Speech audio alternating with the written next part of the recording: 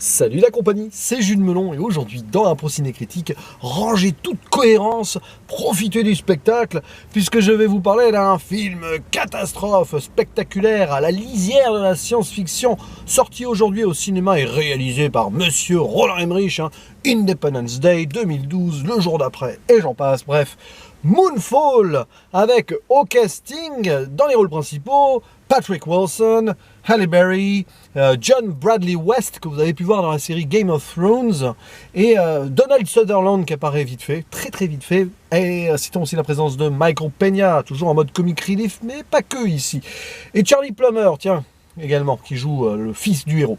Bref, un métrage qui se déroule de nos jours et qui raconte l'histoire de la Lune qui sort de son orbite et qui menace de s'écraser sur la Terre. Comment faire pour sauver la vie, sauver l'existence? Il y a des gens qui vont quand même essayer. Notamment un ancien astronaute qui a été mis en disgrâce 10 ans auparavant parce qu'il a cru voir quelque chose sortir de la Lune et on a essayé d'étouffer l'affaire, grosso modo. Et donc il va retrouver son ancienne coéquipière qui travaille maintenant à la NASA, qui est haut placée, et aussi s'adjoindre l'aide d'un gars un petit peu complotiste qui imaginerait que la Lune serait une méga structure creuse avec quelque chose à l'intérieur, et peut-être que, vu ce qui se passe, ce ne serait pas faux. Et ce trio va donc essayer peut-être d'arrêter tout cela, rajouter à cela leurs familles respectives, notamment le fils donc de l'astronaute, le fils aussi de celle qui travaille à la NASA désormais avec son ex-mari qui est plus ou moins secrétaire de la défense, enfin quelque chose comme ça. Vous mélangez évidemment tout ce délire avec des familles recomposées, thématique très chère à Roland Emmerich, avec les relations père-fils, etc.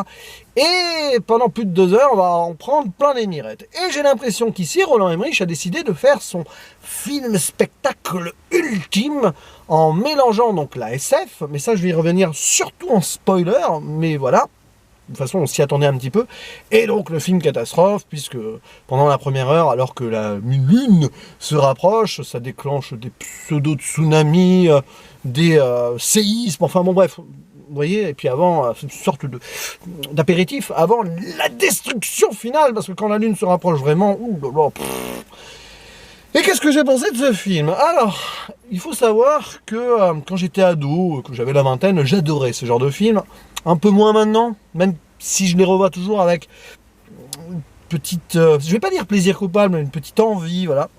Et donc, je suis allé le voir, et ce film, et je me suis dit pourquoi ne pas me plonger dans cette atmosphère. Et en fait, je ressors de là quasi schizophrène, parce que pendant la première heure, c'était bien long, tout en étant trop rythmé, on passe beaucoup de choses, parce qu'il faut aller vite, donc rien n'est développé, mais il se passe beaucoup de choses, et bon bref, c'est un peu lourdingue. Mais alors, sur le final, notamment vraiment la conclusion, j'ai pris un pied assez intersidéral. Et oui, Roland Emmerich ici, il a fait tout ce qu'il pouvait, avec une sincérité absolue, une générosité totale, totalement évidemment dénuée de sens. Parce que si la Lune se rapproche vraiment, à mon avis, avant même qu'il se passe ce qui se passe, il n'y a plus rien, voilà. Bon, évidemment, les protagonistes peuvent mourir 20 fois, etc. Comme d'habitude, ça fait très 2012 là-dessus. C'est complètement déjanté, sur la logique. Mais je ne sais pas. Il s'est passé quelque chose sur donc le dernier acte. J'y reviendrai en spoiler. Parce que j'ai eu mon moment d'émotion, bizarrement, et j'ai été le premier surpris. Parce qu'à un moment, quand même, milieu du film, j'étais là à dire ouais, bon, allez. Replongeons-nous dans l'idée que j'ai 15 ans et que je suis devant un film catastrophe, un peu SF à la Independence Day, voilà. Et ouais, je suis ressorti de là, et là, tel que vous voyez cette vidéo, même si ça ne se voit peut-être pas, j'ai 15 ans, j'ai 20 ans, et je suis content. Mais évidemment, il y a des défauts, c'est sûr que si vous cherchez du cinéma hyper réfléchi, mais il y a une réflexion quand même, voilà. Alors, les références sont là, absolument, complètement. Roland Emmerich se fait des clins d'œil tout le temps et tout, mais aussi, on le voit quand même distiller un peu avant le final, des petites touches à la Matrix. Je sais pas, à un moment, il cherche des pilules. On se dit pourquoi, pilule rouge, pilule bleue. Oh, il y a une idée derrière. Et puis vers la fin, ça fait un peu Star Wars, voilà.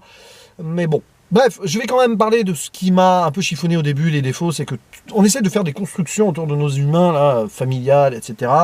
C'est stéréotypé, cliché, et puis ça fonctionne pas super bien parce que ça va à 100 à l'heure, et on fait presque des ellipses, alors que tu sens que on pourrait prendre son temps, non? Et puis, t'as l'impression qu'il se passe 2 semaines en même pas 1 heure, et qu'à chaque fois on a les personnages, on les suit, voilà, tiens, il est en prison, 2 jours après, hop, on le sort de prison, machin, enfin, parce que le fils a fait une bêtise en volant une voiture et tout. Il y a le personnage de Donald Sutherland qui est juste là pour faire coucou, parce que c'est Donald Sutherland, voilà, mais bon, pourquoi pas. Donc, c'est pénible et tout, c'est surécrit sur ce papier-là, ce point-là.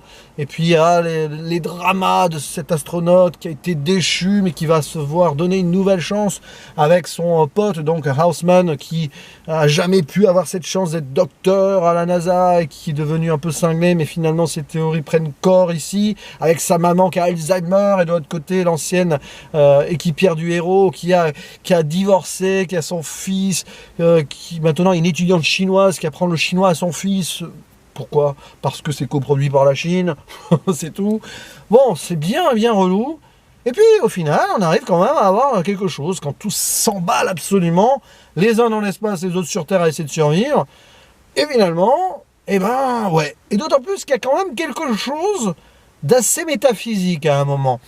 Mais je crois que je ne vais pas attendre et je vais aller dans la zone spoiler. À part dire que la réalisation en tant que telle, c'est du spectaculaire, qui a du mal sur certains CGI quand même, qu'on est dans le surcut par moment, mais il y a aussi des beaux plans quand la Lune se rapproche, comme ça, avec la Terre, le rouge sur le bleu, tout, l'espace, des moments dans l'espace qu'on aime bien, voilà, évidemment, ce n'est pas à la hauteur sur le plan cinématographique, mais Gravity, Interstellar, tout ça.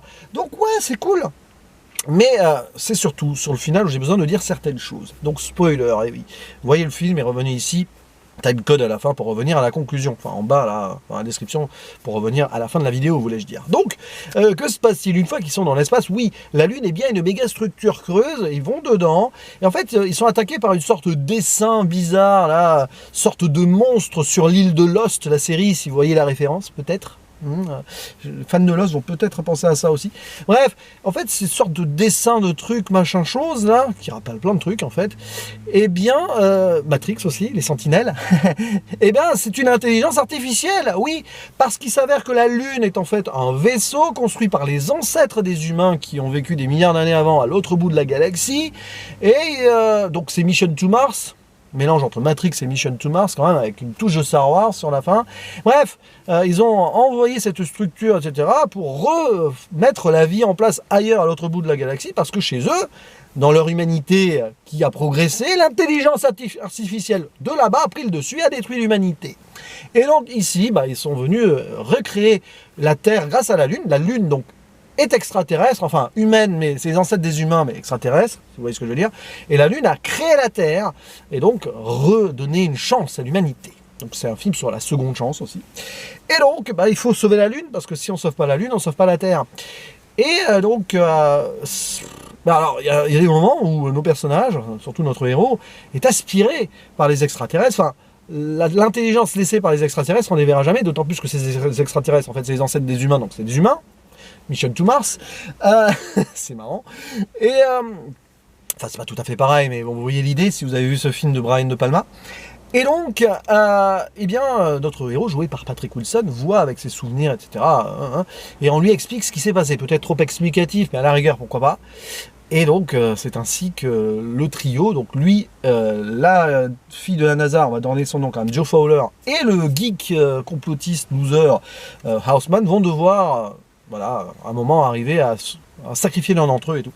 Et c'est le loser qui décide d'y aller et enfin, voilà, être important et être écouté ultimement en donnant sa vie. Et bien, figurez-vous qu'à ce moment-là, même si c'est assez cliché, je sais pas, je l'ai pas vu venir, vraiment sur le moment précis, j'ai ressenti de l'émotion. Peut-être que finalement le jeu de John Bradley West n'y est pas pour rien, parce que il est touchant, cet acteur, dans ses rôles un peu, voilà, comme dans Game of Thrones, où il est un peu laissé pour compte, et puis il s'avère avoir une importance plus grande que prévu. Là, c'est pareil. Et ça marche très bien. C'est pour moi l'acteur du film en soi. Parce que Halle Berry, Patrick Wilson, bon, ils sont là, hein, ils font ce qu'ils peuvent, ils font ce qu'ils veulent, ils font ce qu'ils savent faire, mais sans plus. Mais voilà, il y a eu quelque chose qui m'a touché à la fin. Puis cette explication, l'intelligence artificielle et tout, oui, c'est enfoncer des portes ouvertes.